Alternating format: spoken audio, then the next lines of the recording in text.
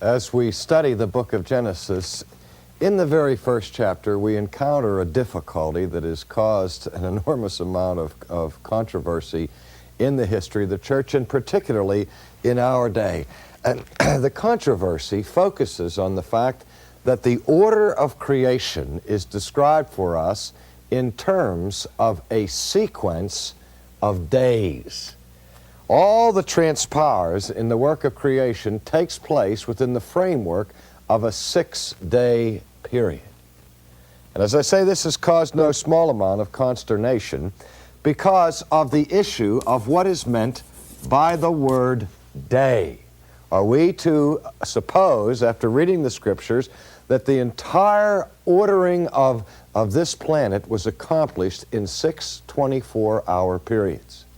Is the earth very recent in origin, or has it been here for millions of years? And the debate goes on, now even carrying over into the law courts and into the school systems as to the dispute of whether or not the biblical account of creation is a viable account of the earth's origins and beginning in light of the scientific theories that stand over against them. Well, immediately as we encounter the question of the days of creation, we recognize that the Hebrew word that is used here for day, the word yom, is capable of more than one way of being treated. It does, at certain times in the scriptures, refer to a simple cycle of the 24-hour period. But also it is used to be translated for eons or epochs in a certain time period without any specific reference to chronological dimensions of time. And so the debate goes on as to whether or not we have here an order of creation that takes place over thousands and thousands of years, or is it one that takes place in 24 hours? I frankly don't know the answer to the question. But one of the most significant questions that we can look at with respect to this opening chapter of Genesis is the theory that recent scholars have put forth, coming out of continental Europe, that really the word day is used not as a temporal distinction, but as a literary structure. That is, that the narrative of creation is communicated to us in 7 scenes, just like a 7-act play. Not that it is a play, not that it isn't concerned with real history and real truth, but the idea is that the order of creation is set forth for us in a literary fashion following 7 sequential stages. That theory is called the framework hypothesis, that each day introduces a new dimension of the work of creation. The theory has some attractive elements to it, and I just set it forth to you for your consideration. But what I'm most concerned about here are not the issues of time sequence, but rather to understand what the Jew had in mind by setting forth the order of creation in the way that it occurs. What is he trying to communicate to us? Notice that we read in verse 31, the very last verse of chapter 1, this statement: "And God saw all that he had made, and behold, it was very good. And there was evening, and there was morning, the 6th day."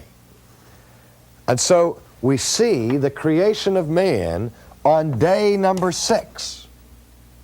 And yet as we look at the whole pattern of the narrative, the author of Genesis is concerned to give us a structure that covers 7 days. Now, what's the significance for that? Well, as soon as we're involved with the question of numbers, we enter into a sphere of interpretation of the Bible that becomes very, very difficult. We do know that the Hebrews had a system of numerology, sort of a science of numbers, and that at certain places in Scripture, numbers take on a particular significance. You see, for example, the 40-day period, or 40 years in the wilderness, 40 days and nights of the flood. Jesus spends 40 days in the temptation situation, exposed to the assault of Satan. We see that the number 12 is significant. 12 tribes of Israel, 12 disciples, 12 apostles, and so on. The number 10 in the ancient world carried with it the idea of completion or perfection, and we have the 10 Commandments. The number 3, the number 4, combinations of it. Some have argued that what we find in Hebrew numerology is a strange relationship between the numbers 4 and the numbers 3. 4 plus 3 gives us 7. 4 times 3 gives us 12. 12 times 12 gives us what? 144. And we think of the book of Revelation of the 144,000 faithful who are redeemed.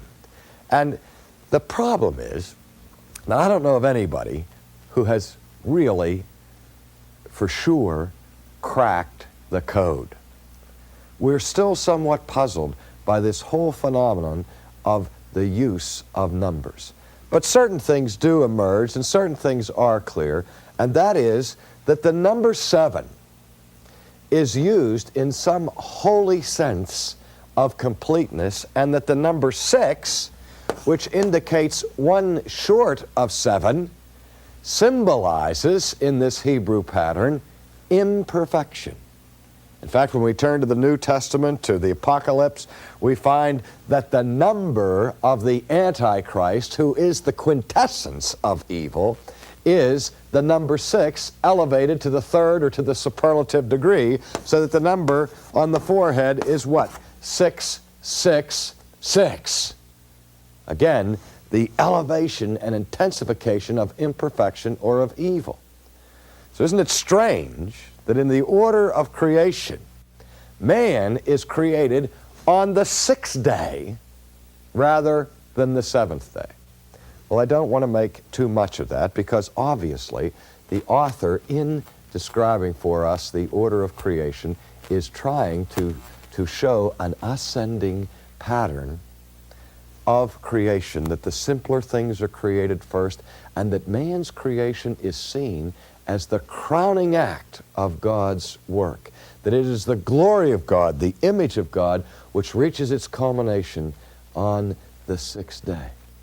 But the story of creation doesn't end there. And the thing that I want us to notice that's vital here is the difference between what is ultimate and what is penultimate. Penultimate means that which is just short of the ultimate, but not quite ultimate. Now, if we look at the order of creation, we see that the creation of man is penultimate, not ultimate. I raise that because we've been seeing throughout this examination of Genesis the conflict that exists between the classical Christian view of man and that which is found in secular theories of man, most notably within humanism. In humanism, man is seen as the ultimate movement of creation. But in Hebrew categories, the creation of man takes place on the 6th day.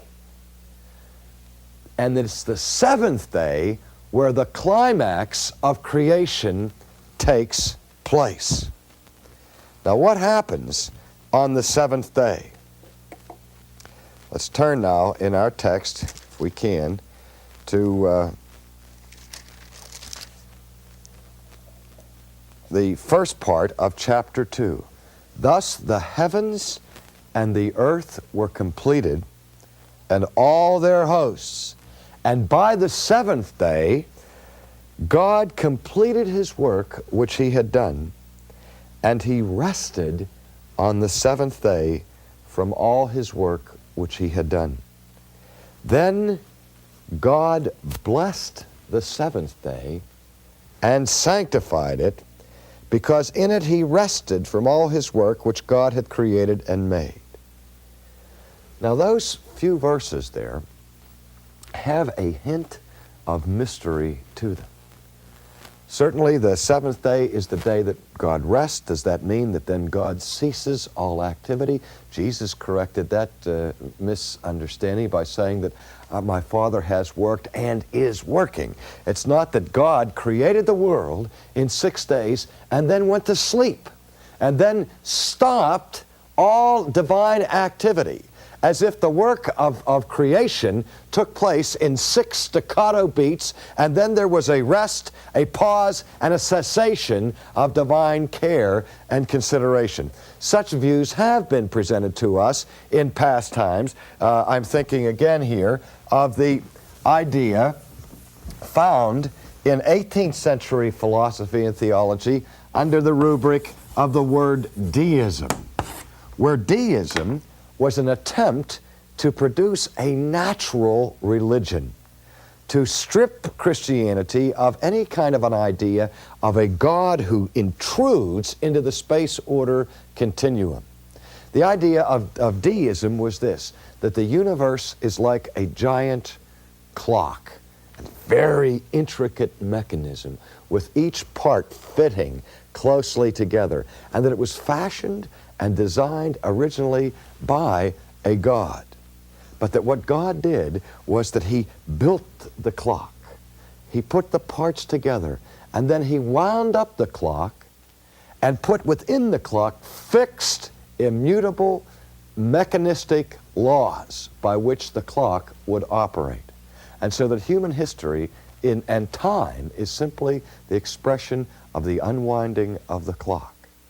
But the axiom here was that once God creates the universe, he steps out of it and is never again involved within it. Now we have people in our society today who say, yes, I believe in God. In fact, the vast majority of people in the United States, according to the polls, over 95% of people in the United States say that, yes, they believe in God.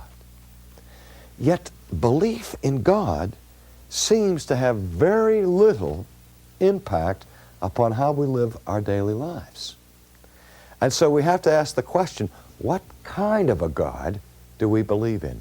Are we still living within the framework of deism, where we believe in some higher power, some cosmic force that started it all, but then stepped out of the picture and left the universe to operate on its own?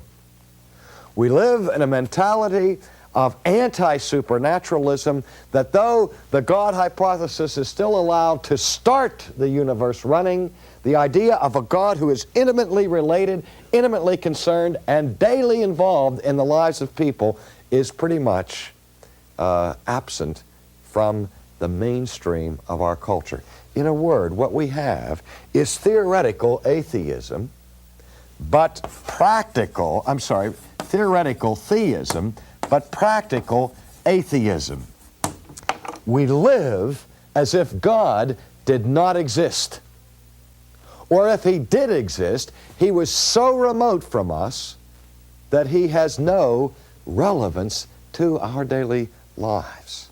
That's the atmosphere that our contemporary culture breathes.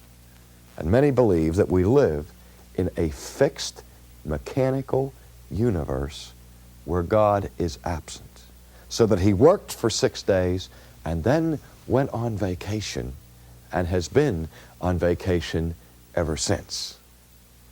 Well, that is utterly foreign to the biblical understanding of creation. In fact, if we go right back again to verse 1, in the beginning God created the heavens and the earth, we see that the Hebrew word there for creation is the word bara.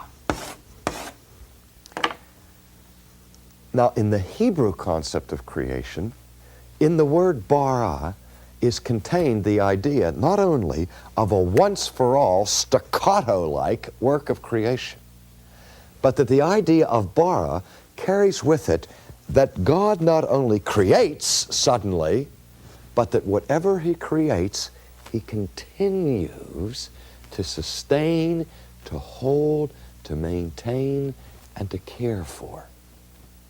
In fact, we could use some illustrations here from the world of music, and we see that in the Hebrew concept of creation is built into it the idea of providence, the idea of sustenance, that what God creates, He sustains. Now, those of you that play the piano or sing, you know the difference between a staccato note and what's called sostenato, or to sustain a note. If you have a piano and you want to play staccato in a short clipped little beat, you touch the keys very quickly and abruptly, and you'll have beep, beep, beep, beep, beep. That would be a staccato type of beat. But if you want to play legato or sostenato, you play the note and you hold it. You might even use the foot pedal to sustain it. And so that when you play that note, it goes beep. Well, that sustaining action is what is built in to the word bara.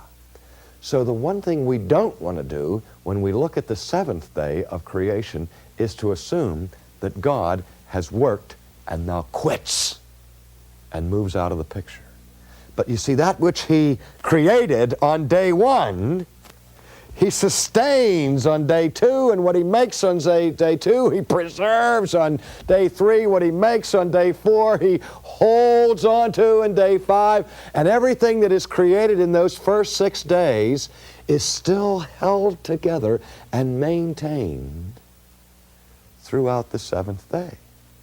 God is resting, whatever that means, really. That is, He has completed the stages of creation, but the rest cannot be interpreted to mean that He then steps out of the picture. The God that is revealed in Genesis is a God who is committed, who ties Himself to the daily continuity of our lives and of our planet. Now, what are the implications of that? The implications of that are that the universe is not left on its own. We see and study the universe, and we say through the law of thermodynamics that the amount of available energy is running out, and the universe is kind of slowing down, and it's going to run down, and we can project into the far distant future the idea where the universe sort of stops and disintegrates. Such a projection can't be made from Genesis, because it would presuppose that the God who creates and sustains will someday run out and pass away. Now, what we have then is this conclusion, that not only are we dependent upon God for our origin of human existence, but for the very fact that we could continue to live from day to day, we are dependent upon God. That is, man's original existence and man's continuity of existence both depend on the sustaining power of this God who creates. Right? There's another dimension here with respect to the seventh day that's very important. We have to ask this question. What else does God do on the seventh day? And perhaps even a prior question, why did God create man in the first place? Why are we here? Why does God bother to set man on this planet? Well, we notice that in verse 3 of chapter 2, the following words, "Then God blessed the seventh day and sanctified it, because in it He rested from all His work which He had created and made." Now, you would think that if the sixth day is the pinnacle of this 7-day period of creation, that if the sixth day is the ultimate day of creation, the day where the crowning act of glory is brought to pass with the creation of man in God's own image, well, it's the sixth day that we would expect, at least I would expect, that would be the day that God would bless and hallow and sanctify. That's the day that the humanist hallows and sanctifies, because there they see that the highest end of creation is man. And so the ultimate accent for the humanist is placed on the sixth day. But that's not where the Old Testament places the accent. The blessing, the consecration, the hallowing takes place on the seventh day. Now, what does that mean? Herbert Richardson, late of Harvard, very important American theologian, postulated the theory that I think has some merit to it, that what the author of Genesis is saying to us with this structure of 7 days is that the goal of creation is not simply the existence of man, but that the goal, the ultimate goal of creation is what Richardson calls Sabbath holiness.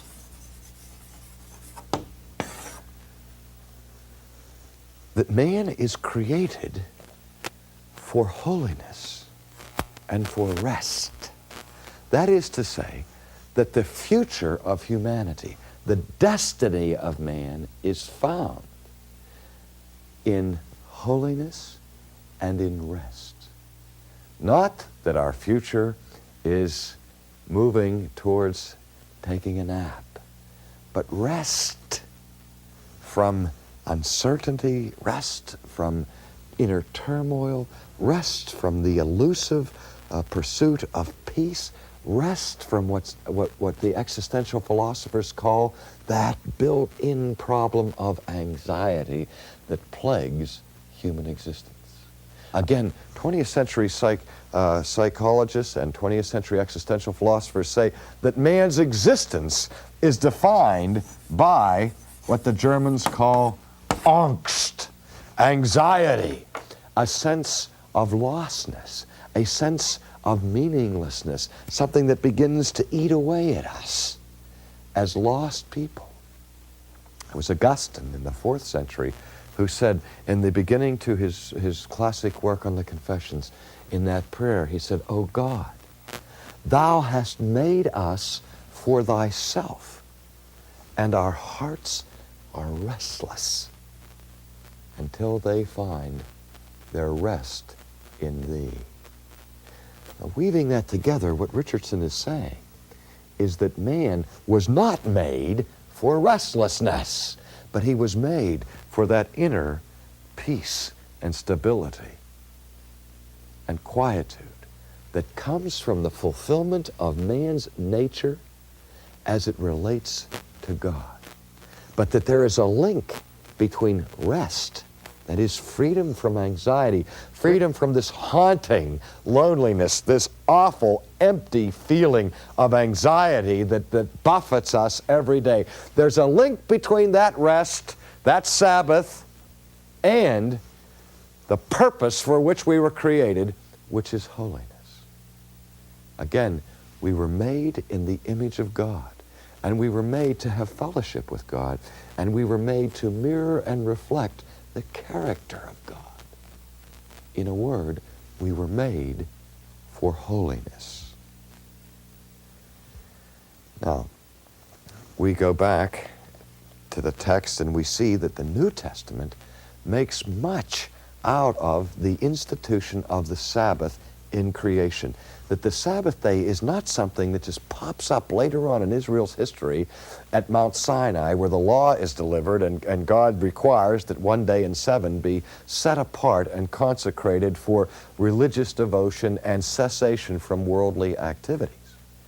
But the New Testament, particularly the author of Hebrews, sees more in this institution of the Sabbath day. That the Sabbath that we celebrate even today points to the future destiny of the created world.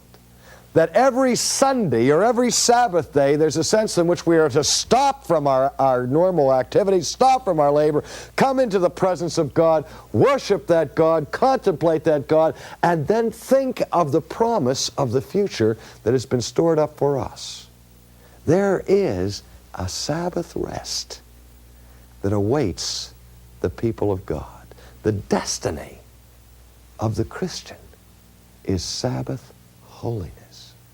The end of human anxiety, the end of human conflict, the end of warfare as we enter ultimately into the peace and permanence and stability for which we have been created. But that can't happen until all remnants of sin are removed. That's why we look to heaven, to our future sanctification and glorification, whereby we will, in fact, have the mirror restored, and we will live in harmony and in beauty and in holiness in the presence of God in our future Sabbath. In the Presbyterian Church, they have a catechism called the Shorter Catechism, in which young children are asked questions, what is sin, and then the child has to give the response. Sin is described by the answer. But the very first question in the catechism is this: what is man's chief end? That's the question. As we look at the beginning of man, we want to know right away, all right, here's the beginning, but for what purpose is man created? What is the end of man? What is the design for man? Why did God create man?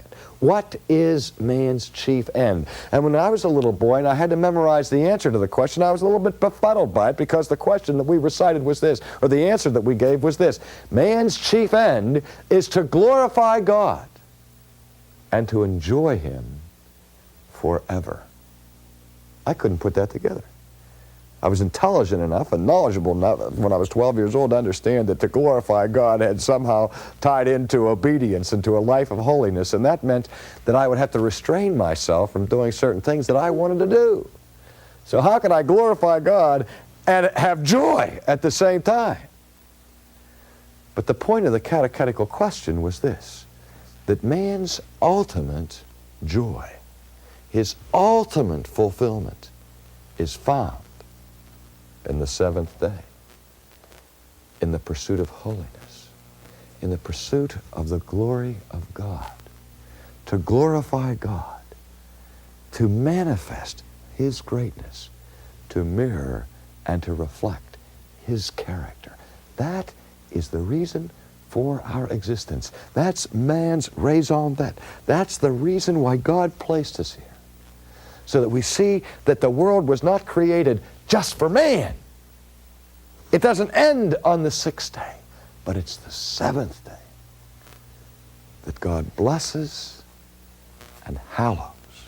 It's that day He sanctifies to tell us that our origin and our destiny is in holiness.